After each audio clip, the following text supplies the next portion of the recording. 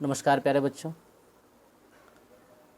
पिछले वीडियो में हम लोगों ने एक्सरसाइज 1A के 8 क्वेश्चंस तक कंप्लीट कर लिए थे। इसमें हम लोग क्वेश्चन नंबर 9 और 10 समझाने का प्रयास करेंगे बेटा।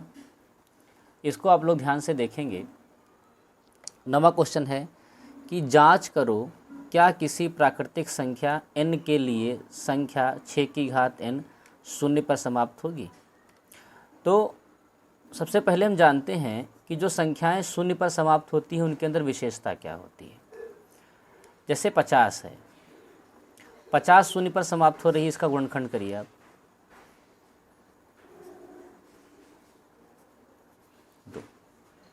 2 गुणे 5 गुणे 5। ठीक, एक संख्या और ले लेते हैं।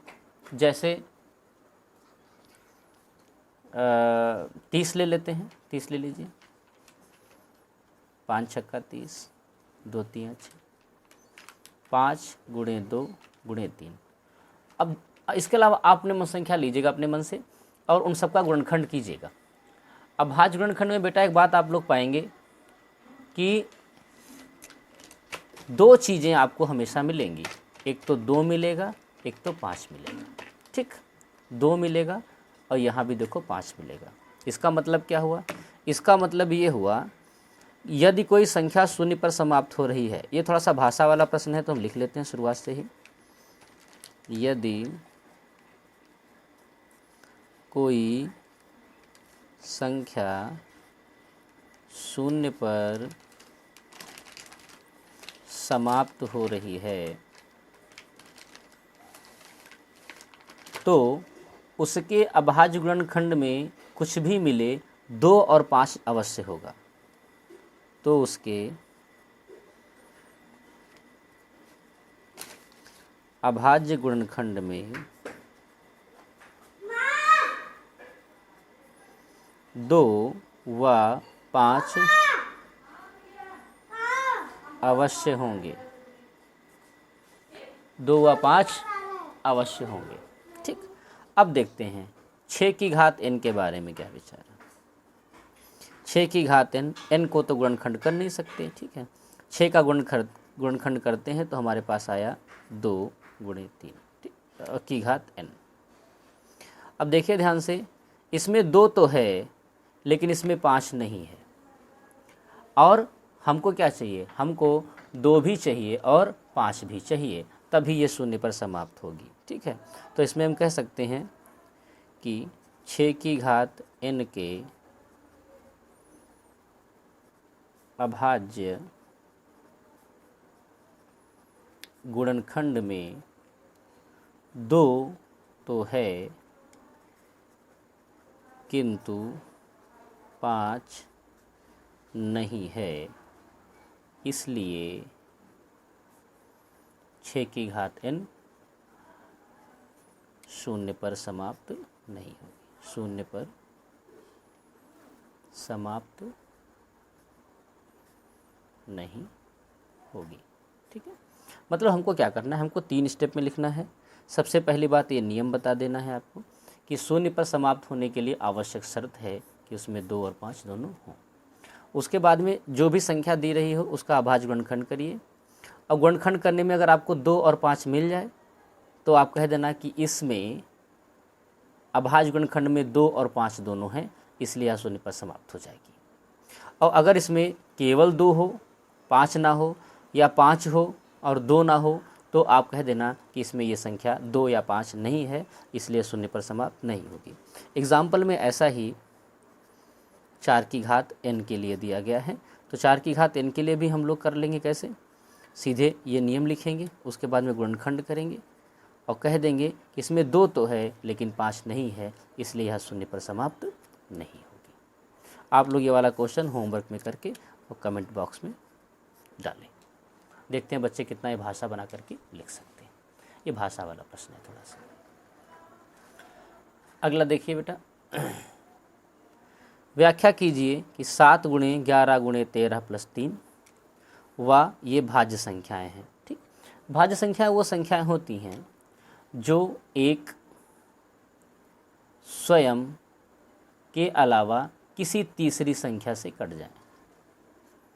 किसी तीसरी संख्या से कट जाएं। ठीक है, इसके आई बटन में ऊपर लिंक दे देंगे जिसमें हम आपको बता देंगे कि भाज्य और अभाज्य को जानने का बहुत ही मज़ेदार तरीका है, जिसको हम लोग क्या बोले थे, व्हाट्सअप मेथड या टिक मेथड। ठीक है, ये थोड़ी सी मजाकिया ट्रिक है जिसके द्वारा हम लोग भाज्य अभाज्य को बहुत ही आसानी से, छोटे बच्चे भी आसानी से इसको सीख सकते हैं, कोई कन्फ्यूजन दिमाग के अंदर नहीं होने वाला। ठीक, फिलहाल जो एक से कटे स्वयं से कटे और तीसरी संख्या से कट जाए, किसी और संख्या से कट जाए, वो भाज्य संख्याएँ होती हैं। अब इसको हम लोग पहले इसको लगाएंगे, 7 गुणे 11 गुणे 13 और प्लस 13, इसको हल करेंगे तो यहाँ से बेटा 13 कॉमन मिल जाएगा। ये देखिए 13 यहाँ भी है, 13 यहाँ भी कॉमन मिल जाएगा। अंदर बचेगा 7 गुणे 11 और यहाँ कॉमन है कि बाहर चला गया तो यहाँ कुछ नहीं बचा। जब कुछ नहीं बचता तो वहाँ 1 माना जाता है बेटा। ठीक, अब इसको क्या करेंगे, गुणा करेंगे, 11 सत्ते 77 और प्लस 1 यानी 13 गुणे 78, गुणा करेंगे 13 78 गुणा कीजिए, 13 63 91 और 13 8 104, हासिल लागे 10 और 63 91 91 10 100 91 10 101, गुणा कर लीजिएगा। गलती संभावना खैर नहीं है, लेकिन फिर भी आप लोग एक बार गुणा करके देख लीजिएगा। ठीक है, अब ध्यान से देखिए, ये संख्या क्या भाज्य है कि नहीं है? बिल्कुल भाज्य है। ये 1 से तो कटेगी ही कटेगी, साथ में स्वयं से तो कटेगी ही कटेगी, और ये देखिए ये संख्या 4 लिखी है, 4 का मतलब है ये 2 से कट जाएगी, हालांकि 4 से भी कटेगी, और 4 1 5 1 6 से भी कटेगी। फिलहाल इकाई की जगह पे 4 है और जो कि 2 से कटेगी, तो हम कह सकते हैं कि ये संख्या क्या है, ये संख्या एक भाज्य है। ठीक इसी तरीके से हम ये वाला क्वेश्चन भी करेंगे, 7 गुणे 6 गुणे 5 गुणे 4 गुणे 3 गुणे 2 गुणे 1 प्लस 1। यहाँ कॉमन क्या है, देखिए 5 यहाँ भी है और 5 यहाँ भी है, ये बाहर कॉमन मिल जाएगा। 7 गुणे 6 गुणे 4 गुणे 3 गुणे 2 गुणे 1, और ये कॉमन बाहर चला गया तो बचेगा 1। ठीक है, अब अंदर गुणा करते हैं इसको, तो ये हो गया 7 छंग 42 4 तियाँ 12 और दूना 24 एकन 24 प्लस 1।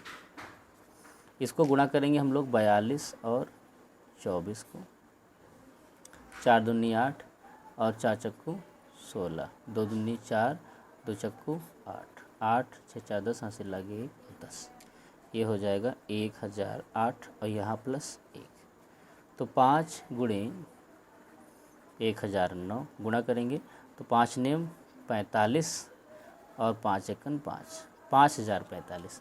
अब इस संख्या को देखिए, 1 से तो कट ही जाएगी और ये स्वयं से भी कट जाएगी, साथ में इकाई के अंक की जगह पर 5 है, इसका मतलब ये संख्या 5 से भी कटेगी, अतः ये भी क्या है बेटा, ये भी एक भाज्य संख्या है। उम्मीद है आपके दोनों सवाल समझ में आए होंगे। ठीक है, अब इसको आप लोग आसानी से समझ लीजिए। इस पर आधारित तो एक क्वेश्चन 4 वाला है, ये होमवर्क करके दिखाएंगे।